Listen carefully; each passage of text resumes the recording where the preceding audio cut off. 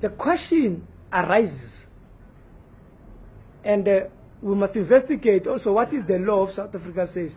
How can a city in South Africa be 80% foreign nationals?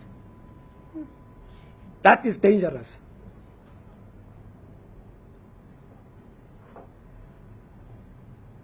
That in Hillbrow and the surrounding areas, South Africans have surrendered their own city to the foreign nationals. The nation should discuss that particular question. You won't find South Africans in other countries dominating a city into 80%.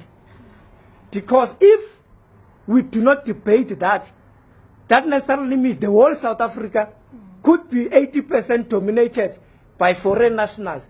And the future president of South Africa could be a foreign national. We are surrendering our land. And it is not xenophobia. To talk truth, we fought for this land. From a white minority, we cannot surrender it to the foreign nationals. That is a matter of principles. We fought for this country, not only for us, for the generations of South Africans. The arms that are being used here in Hillbrow are arms of war, which are unlicensed. The hijacking of buildings here in Hillbrow is a sign of taking over power.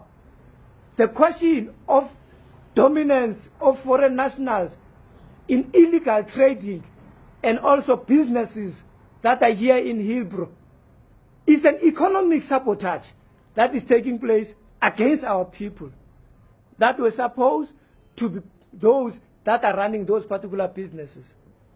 We are facing here service delivery protests that we don't know where are coming from. Some of the issues is because of we can't give shelter to our people because these buildings are being occupied and hijacked by people and lunatics that we don't know. Where we can be housing at least the middle class that is working here. Those who are coming from universities, they're having at least less enough to buy their own houses. And then they can rent from the state and then start a new life, you know, and invest and buy a proper house in future. But we can't do it because of these buildings are hijacked by criminals. People are being raped there, you know, there's drug dealing there, there are illegal shipments there, you know, there is second-hand goods businesses of stolen goods, by the way, and all sorts of criminal activities. And we must do something about it. I want to ask the nation, South Africa, and the so-called human rights activists and organizations, what must the police do when they are shot at by criminals? Must they sing Nkosi Sikelela ya Africa, or they must return fire? We are losing police officers day in, day out, but we are protecting criminals that are terrorizing our communities. We are 52 million people.